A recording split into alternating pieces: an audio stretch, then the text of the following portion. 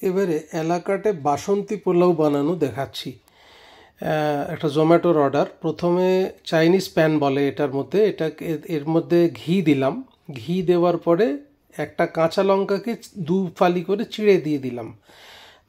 কাঁচা লঙ্কা অনেকে ইউজ করে না যদিও বাসন্তী পোলাওতে, কিন্তু অনেক বড় বড় শেফরা ইউজ করে, কারণ কাঁচা লঙ্কাটা দিলে কি হয়, বাসন্তী পোলাওটার মধ্যে একটু ঝাল ঝাল ব্যাপার আসে, তাহলে সেটা খেতে ভালো লাগে।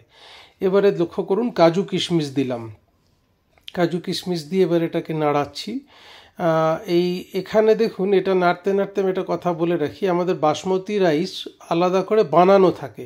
কারণ আমাদের তো ধরুন এলাকাতে যখন আমরা অর্ডার মারি, তখন তো শুধু যে বাসন্তী পোলাও হবে তাও তো নয়, ঘি রাইস আসতে পারে, জিরা রাইস আসতে পারে, বাসন্তী পোলাও আসতে পারে, নর্মাল বাসমতি রাইস আসতে পারে।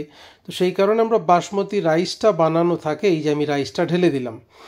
এইবার এইটাকে দেখুন, আমি এলাকাতে অদ্ভুতভাবে একটা বাসন্তী পোলাও বানিয়ে ফেলবো মাত্র কয়েক মিনিটের মধ্যে। দেখুন, আমি এবার এটাকে হালকাভাবে নাড়ছি একদম নিচ থেকে।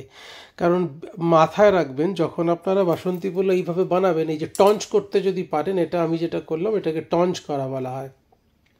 এটা যদি করতে পারেন তো ভালো, নচেত করবেন কি, এই যে দেখুন, আমি ফুডের যেটা আমরা একটা ওই কেশরই কেশর, যেটা কেশর ভিজিয়ে আমরা একটা কালার তৈরি করি, আর এটা আমি রোজ ওয়াটার, এই দুটো দিলাম।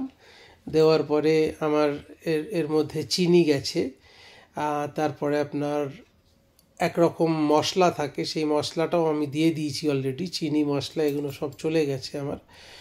তো এইবারে এইভাবে বাসন্তী পোলাওটা আমরা বানাচ্ছি এবং টঞ্চ করছি। দেখুন, টঞ্চ করলে কি হয়, চালটা ভাঙে কম। আপনি যদি বেশি নাড়ান এবং নাড়ানোটা যদি সঠিকভাবে না হয়, তাহলে বাসন্তী পোলাওটা ভেঙে যেতে পারে।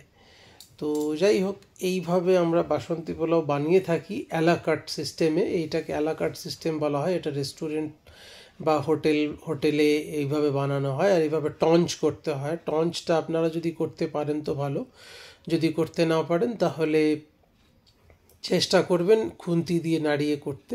এবার এটাকে আমি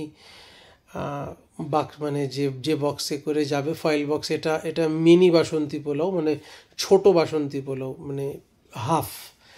তো সেই কারণে হাফ বক্সে এটাকে প্যাকিং করা হবে। এবারে আমি দিয়ে দিলাম। দেওয়ার পরে এবারে এটাকে প্যাকিং করা হচ্ছে। দেখুন, প্যাকিংটা আর আমি আপনাকে দেখাচ্ছি না। দেখুন, খুব অতি সহজে অল্প সময়ের মধ্যে কিভাবে আমরা এলাকাতে বাসন্তী পোলাও বানিয়ে ফেলি।